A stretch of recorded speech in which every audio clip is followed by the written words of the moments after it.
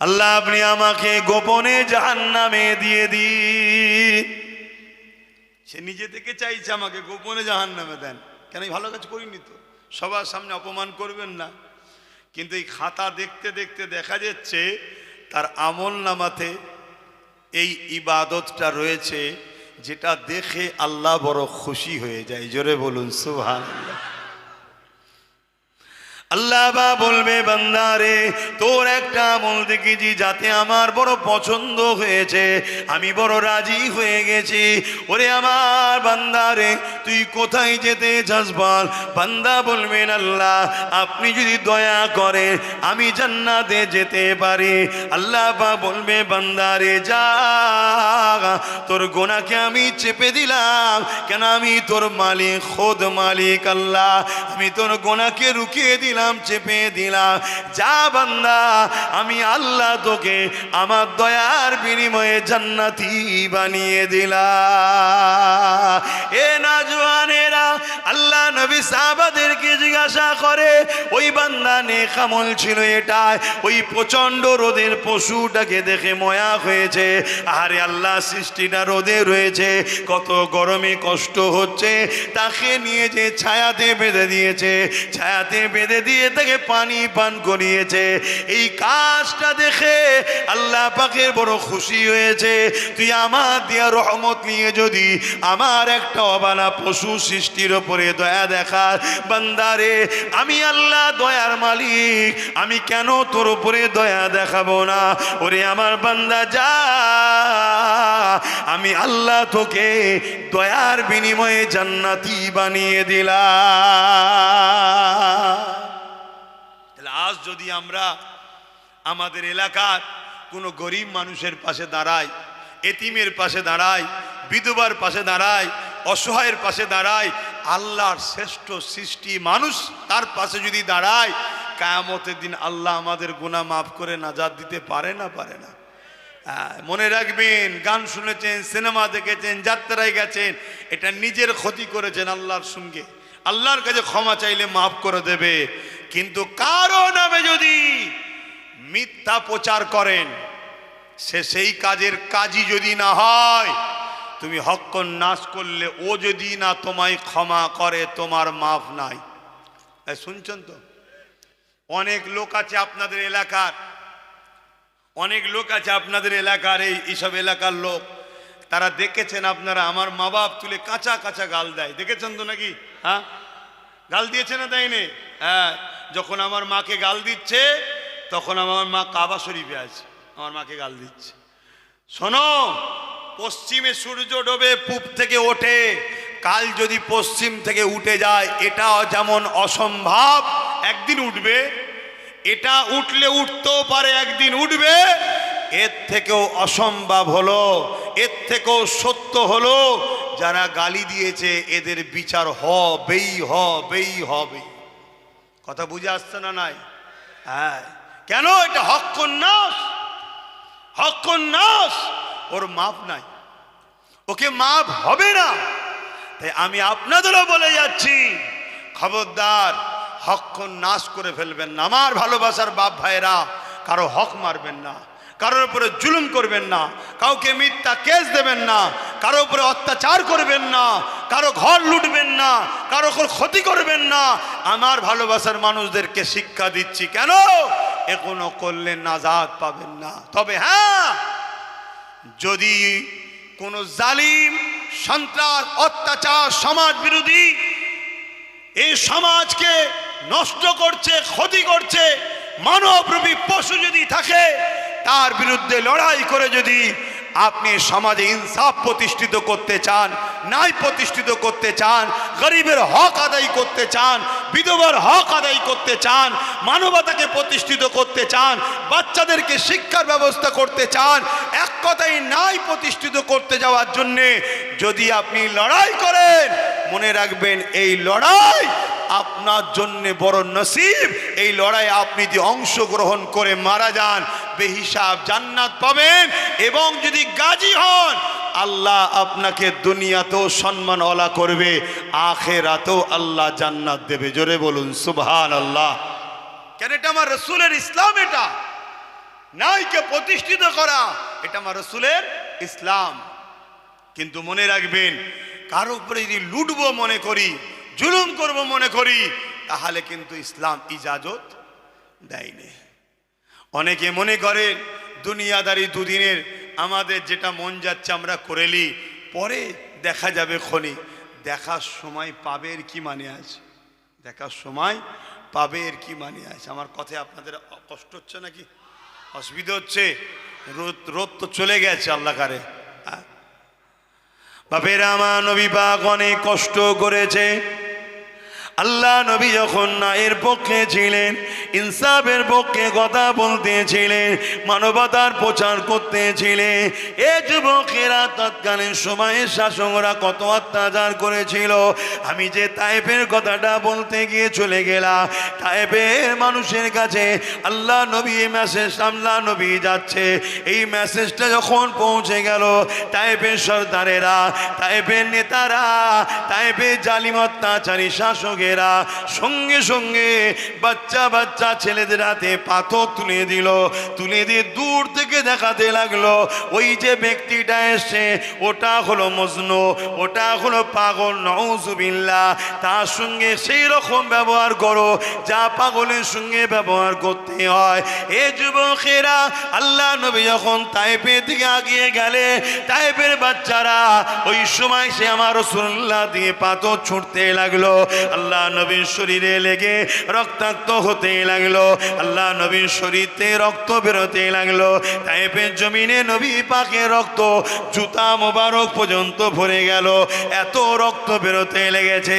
এ নওজওয়ানেরা, আজও তোমরা ন্যায়ের পক্ষে থাকলে, ইনসাফের পক্ষে থাকলে, মানবতার পক্ষে থাকলে, যদি তোমাদের ওপরে জুলুম হয়, ধৈর্য হারা হলে হবে না, মন খারাপ করলে হবে না। কারণ আমার নবী পাকের ওপরে কত জুলুম হয়েছে। আল্লাহ নবী গরিবের পক্ষে ছিল, এতিমের পক্ষে ছিল, বিধবার পক্ষে ছিল, মানবতার পক্ষে ছিল। তাই তৎকালীন সময় জালিমরা আমার নবী পাকের ওপরে কত জুলুম করেছে। এই পাথরের আঘাত লাগতে লাগতে লাগতে আল্লাহ নবী এমন করে তায়েফের জমিনে অজ্ঞান হয়ে পড়ে যায়। সেই সময় বড় বড় নেতা লিডাররা গিয়ে সে দেখে, নাকে হাত দিয়ে দেখছে আল্লাহ নবী বেঁচে আছে না মরে গেছে। এ যুবক, একটা বার মনে রেখে দিও গো, আমার নবী পাক আমাদেরকে কত ভালোবাসে। সেই নবী আমার কত কষ্ট করেছে ইনসাফ তোমার আমার কাছে পৌঁছাবার জন্যে, নাই তোমার আমার কাছে পৌঁছাবার জন্যে। সেই নাকে হাত দিয়ে দেখতে লেগেছে আল্লাহ নবী বেঁচে আছে না মরে গেছে। তারা মনে করেছে রাসূল মারা গেছে। এই অবস্থায় নবী পাকের ওপরে আরো লাঠির বাড়ি আঘাত দিতে লেগেছে। এই সময় আল্লাহর আরশ কেঁপে উঠলো, ফেরেশতারাও কাঁদতে শুরু করলে, ও রাব্বি আল্লাহ পাক, আপনি এখনো ধৈর্য ধরে আছে, এখনো খামোশ হয়ে আছে, এখনো সবর করে আছে। আল্লাহ, আপনার হাবিবের উপরে কি জুলুম হচ্ছে আল্লাহ, আপনার হাবিবের উপরে কি অত্যাচার হচ্ছে আল্লাহ। আমার আল্লাহ পাক বলে দিলে, এ ফেরেশতারে তোমরা কি চাইছো? ওই সময় ফেরেশতারা বলতে লাগলে, ও রাব্বি আল্লাহ, তায়েফ যে জায়গাটা রয়েছে তার দুদিকে দুটো বড় বড় পাহাড় রয়েছে, ওই দুটো পাহাড়কে এক জায়গায় মিলিয়ে তায়েফবাসীকে চেপটে মেরে দেওয়া হোক। এর যদি তা না হয়, তায়েফবাসীর উপরে পাহাড়কে তুলে চাপিয়ে মেরে দেওয়া হোক। আমার আল্লাহ পাক বললেন, যাও ফেরেশতা, আমি ইজাজত দিয়ে দিলাম, পাহাড় চালক ফেরেশতাকে সাথে করে নিয়ে যাও। যদি আমার ইজাজত রইল, তাদেরকে পাহাড় চাপিয়ে মারতে পারো, বা দুটো পাহাড়কে এক জায়গায় করে পিষে মারতে পারো, আমার ইজাজত আমার পক্ষ থেকে রইল। তবে একবার তাদেরকে মারার আগে প্রথমে আমার হাবিবের কাছে যাবে, আমার হাবিবকে সালাম দেবে, এবং আমি আল্লাহ যে ফয়সালাটা দিয়েছি এটা তুমি একবার হাবিবকে শুনিয়ে দিও। শুনছেন তো? ধৈর্য হারা হলে হবে না। মনে রাখবেন, ইতিহাস ইতিহাস লিখে তাদেরকে স্মরণ রাখে যারা সর্বসময় জালিমের বিরুদ্ধে ছিল। ইতিহাস তাদেরকেই স্মরণ রাখে। নেতাজিকে স্মরণ রেখেছে, আশফাকুল্লাহ খানকে স্মরণ রেখেছে, যারা পা চেটেছিল ব্রিটিশদের, তাদেরকে কিন্তু ইতিহাস স্মরণ রাখে না। অতএব চেটে কখনো ইতিহাসের পাতায় থাকা যায় না। বিপ্লব তখনই সম্ভব যখন তুমি ন্যায়ের পক্ষে, জালিমের বিরুদ্ধে থাকবে, তাকেই ইতিহাস স্মরণ রাখে, তার নামই ইতিহাসে ওঠে। কথা মাথায় ঢুকছে তো? অতএব আমার রসুল অনেক কষ্ট করেছে।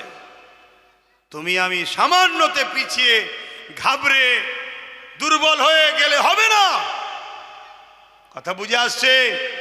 অনেক রকম পরীক্ষা হবে আল্লাহর পক্ষ থেকে, অনেক রকম পরীক্ষা হবে। কখনো এই যেমন আমারও পরীক্ষা হচ্ছে, কত দিক দিয়ে পরীক্ষা আমাকে নেওয়া হয়। আল্লাহ নেই, আবার আল্লাহ সমস্ত বাধা কাটিয়ে পরীক্ষাতে আল্লাহ পাস করায়। আলহামদুলিল্লাহ। তা আল্লাহ আমাদেরকে পরীক্ষা নেবে, এক একজনের এক এক ধরনের পরীক্ষা হবে। কত মানুষ আছে একটাই বাড়ির ছেলে, একটাই গরিব, মিথ্যা গ্যাঁজার কেসে জেলে ভরে দিয়েছে। এই শুনছেন? পড়ে আছে জেলে। সে বেচারি গ্যাঁজা কি জিনিস হয়তো দেখেনি কোনোদিন, জেল খাটছে না। হাজার হাজার ছেলে আছে। এ সব কিন্তু কিয়ামতের দিন ধরা পড়বে। এ সবার বিচার আল্লাহ নেবে।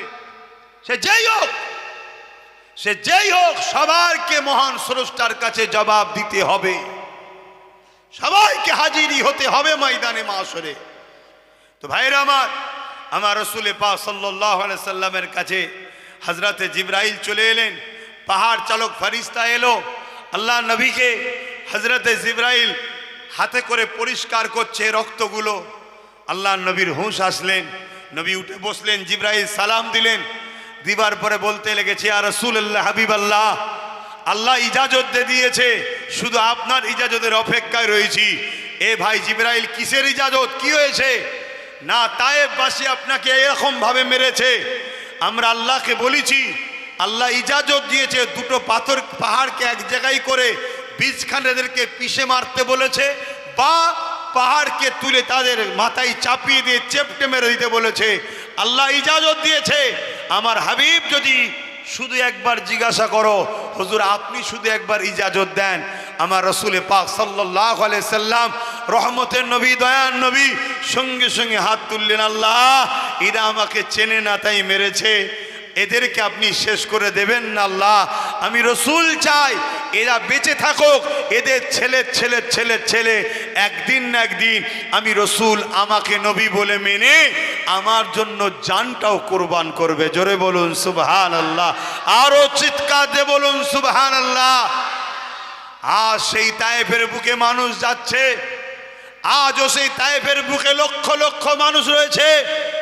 তারা সবাই এখন রাসূলুল্লাহ দিবানা, ছেলের ছেলে আজ পর্যন্ত 1450 বছর হয়ে গেল, তারা আমার রসুলের জন্য জানও কুরবান করছে। আমার নবী পাক সেদিন যদি বদদুয়া করতেন, তাহলে আজ আমরা সব শেষ হয়ে যেতাম। আমার নবী পাক সাল্লাল্লাহু আলাইহি সাল্লাম এত কষ্টের পর, এত ধৈর্য ধরে ন্যায়ের পক্ষে, ইনসাফের পক্ষে, গরিবের পক্ষে, মানবতার পক্ষে, তাওহীদের পক্ষে মানুষকে আহ্বান করেছে। আমার নবী পাক সাল্লাল্লাহু আলাইহি ওয়াসাল্লাম তিনি যে মেসেজ দিয়েছে 1450 বছর ধরে তাম পৃথিবীর বুকে, সেই মেসেজ আজও চলছে। বড় বড় বিজ্ঞানীরা, বড় বড় লেখকরা, বড় বড় হিস্টোরিয়ানরা তারা রিসার্চ করে লিখেছে, পৃথিবীতে অনেক বিপ্লব এসেছে, অনেক বিপ্লব ঘটেছে, কিন্তু একটা বিপ্লব 100 বছরের বেশি টিকে থাকতে পারেনি। কিন্তু মুহাম্মদ আরবি সাল্লাল্লাহু আলাইহি সাল্লাম 1450 বছর আগে মক্কা থেকে শুরু করে, মদিনা থেকে শুরু করে যে বিপ্লব ঘটিয়েছে, সেই বিপ্লব 1450 বছর ধরে আজও সেই বিপ্লব বেঁচে আছে। শুধু বেঁচে নয়, যে ইউরোপ দুনিয়া ইসলামকে মিটাতে চেয়েছিল, তাদের পত্রিকা, তাদের মিডিয়া, তারা লিখছে আগামী 40-45-এর মধ্যে ইউরোপ দুনিয়া সংখ্যা গুরু হবে ইসলাম। জোরে বলুন সুবহানাল্লাহ, আরো জোরে বলুন সুবহানাল্লাহ। কেন? আমার নবীর আখলাক, আমার নবীর চরিত্র, আমার নবীর মানবতা, আমার নবীর মনুষ্যত্ব, আমার নবীর মানব বন্ধন, তাদের যুবক যুবতীরা রিসার্চ করছে, তারা দলে দলে ইমানের কালেমা পড়ছে। আজ মুসলিম ঘরে জন্ম হয়ে, মুসলিম ঘরের সন্তান হয়ে, ইসলামের ঘরে এসে আজ যদি আমরা ইসলাম বিরোধী কাজ করি, আল্লাহ আমাদেরকে মিটিয়ে দেবে, কিন্তু আমার রসুলের দিন ছিল, আছে, থাকবে। কথা বুঝে আসছে? আমার কথায় আপনারা বুঝতে পারছেন তো নাকি? খুব সাবধান, অনেক দিক দিয়ে আল্লাহ পরীক্ষা নেবে। আমি একটা কথা আজকে ছোট্ট করে বলে বিদায় নেব। আপনাদের এলাকায় শুনেছি নাকি অনেক জায়গায় আমার ওয়াজকে কাটিং করে করে নাকি শোনানো হচ্ছে, এটা কি সত্য কথা? আচ্ছা, যারা শোনাচ্ছে তারা মূলত আজকে আবু জেহেলেরই কাজ করছে নবীর গোলামের জন্যে। আবু জেহেল কি করেছিল জানেন? মক্কার অলিতে গলিতে সব লোক ফিট করে দিয়েছিল, সবাইকে বলেছিল যে বল মোহাম্মদ সাল্লামের বিরুদ্ধে সব বল, শুধু বিরুদ্ধে বল, শুধু বিরুদ্ধে বল। কিন্তু যাকেই বলে সেই বলে একবার গিয়ে দেখি তো কে, আর এসে দেখছে আমার রসুলের মতো তো কেউ আসেনি আর আসবে না, নবী দিবানা হয়ে কলেমা পড়ে মুসলমান হচ্ছে। জোরে বলুন সুবহানাল্লাহ। তা আজকে এরা আবু জেহেলের উত্তরসূরি হয়ে নবীর গোলাম আব্বাস সিদ্দিকীর হয়েই প্রচার করছে। কথা বুঝছেন? ওই কাটিংয়ের মধ্যে একটা কাটিং খুব ভাইরাল হচ্ছে, অনেকে বলছে। অনেকবার আমাকে প্রতি শুক্রবার দিন আমি লাইভে বসি, জানেন তো নাকি? দেখেন আপনারা, প্রতি শুক্রবার দিন লাইভে বসি ফুরফুরা দরবার শরীফ থেকে সন্ধ্যে 7টায়। কেন? অনেক দিক দিয়ে তো আমাকে রুকার চেষ্টা করছে, কোনো দিন হয়তো রুকে দিল, বলা তো বন্ধ করলে হবে না, ওই জন্য লাইভটা এখন থেকে চালু করে দিয়েছি যাতে কানেকশান ঠিক জুড়ে থাকে। কথা বুঝে আসছে তো নাকি? হ্যাঁ, তুই কোন দিকে রুকবি, যেদিকেই রুকিস না কেন আমার আল্লাহ হাজার দিকে দরজা খুলে দিতে পারে। জোরে বলুন সুবহানাল্লাহ। তো এই জন্যে একটা প্রশ্ন প্রায় ওঠে, সেই প্রশ্নটা হচ্ছে এটাই যে আমি নাকি বলেছি যে টিএমসিকে ভোট দেওয়া হারাম। আপনারা শুনেছেন এই বক্তব্যটা? কে কে শুনেছেন একটু হাত তুলে দেখান। বাবা, এত লোক শুনে ফেলেছেন, হাত না বান। তো শুনে আমাকে খুব গালিগালাজি করেছেন তো নাকি? গাল দেননি কেন? অ্যাকচুয়ালি ঠিক এটা কাটিং করা জিনিস। হ্যাঁ, এটা কাটিং করা জিনিস, এভাবে ঠিক আমি বলিনি। এর আগেও কিছু কথা আছে, পরেও কিছু কথা আছে। আপনাদের কি শোনার ইচ্ছা আছে পুরোটা? কারা শুনতে চান একটু হাত তুলে দেখান, হাত লম্বা করে তোলেন। সবাই শুনতে চাইছেন তো? হ্যাঁ, হাত না বান। তো যাই হোক, তাহলে আমার বলা উচিত সবাই যখন শুনতে চাইছে, কিন্তু আমার ঘাড়ে একটা দায়িত্বও রয়েছে। কথা বুঝে আসছে? সেই দায়িত্ব হলো এটাই, এখানে একটা ঈদগাহ হবে। কোথায়? রাস্তার ওপাশে একটা ঈদগাহ হবে। তা আপনারা এসেছেন, ঈদগাহ হওয়া দরকার আছে তো নাকি? কি দরকার আছে তো? আজকে কেন্দ্র সরকার ওয়াকাফ কালা কানুন করে মসজিদ, মাদ্রাসা, কবরস্থান, ঈদগাহ, খানকা সব লুটে নিতে চাইছে, তাই তো নাকি? হ্যাঁ, লুটে নিতে চাইছে। তাহলে সেই জায়গায় আমাদেরকে তো আরো বেশি করে বানাতে হবে, আরো বেশি করে বানাতে হবে। তাহলে ঈদগাহ আমরা তৈরি করব।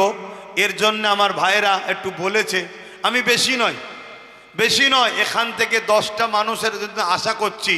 10টা মানুষ আছে এই মাহফিলে যে নাম লিখাবে, 5000 করে টাকা দিতে পারবে ঈদগাহর জন্য। 10টা মানুষ। কে কে হাত তুলে দেখি, উঠে দাঁড়ান। পারবেন? হ্যাঁ, ওর ফটো তুলছিস কেন? এক্ষুনি তো দালালগুলোকে খোঁজ করবে, যের কাছে টাকা আছে ঝেড়ে খেতে হবে। ওর ফটো তুলছি কেন? বস বাবা বস, তো উঠতে বলা ভুল হয়ে গেছে, তোকে বলে ভুল হয়ে গেছে। এই একটা রয়েছে। আর কে আছে? 10টা মানুষ। দ্বিতীয় নম্বর কে আছে? হে মুরব্বী, এক বাপ হাত তুলেছে। আল্লাহ কবুল করেন, বসেন। বইখানে যেতে হবে। হ্যাঁ, লেখেন। 2টো। আর কে আছে? সেই হাত লাড়াচ্ছে কে?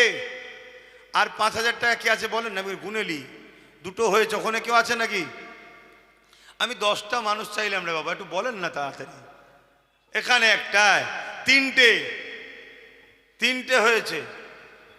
একটু বলেন, তাড়াতাড়ি বলেন, কেন নামাজের ব্যাপার আছে আবার। 3টে। 4 নম্বরে কি আছে? 10টা মানুষ বললাম, 5000 করে হচ্ছে না? হ্যাঁ, আপনারা কমসে কম 9টা মানুষ দেন, আপনাদের ঈদগাতে আমার বাচ্চাকেও শরিক করিয়ে রাখবো, আমার বাচ্চা আলিয়া ওস্তাদের নামে আমিও 5,000 টাকা দিয়ে যাবো ওখানে।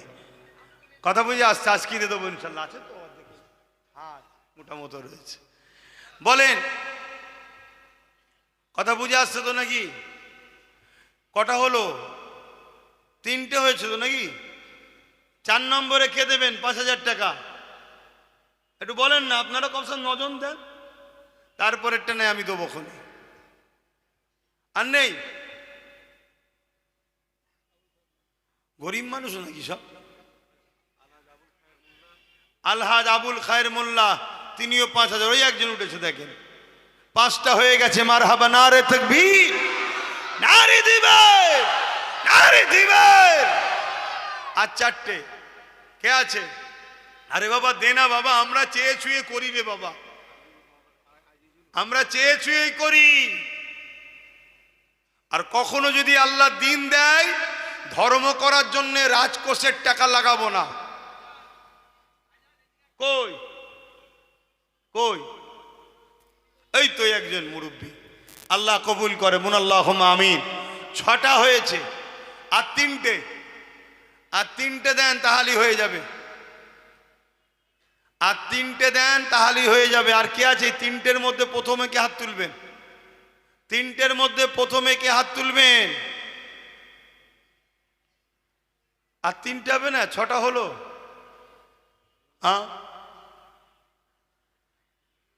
বলেন বলেন, তাড়াতাড়ি বলেন। এসব চাঁদা তোলা জলসা লিই না। কই? এই তোমার আমার এক মুরব্বী আব্বা 5,000 দেবে, সেখানে উঠেছিল একজন, তাই তো নাকি?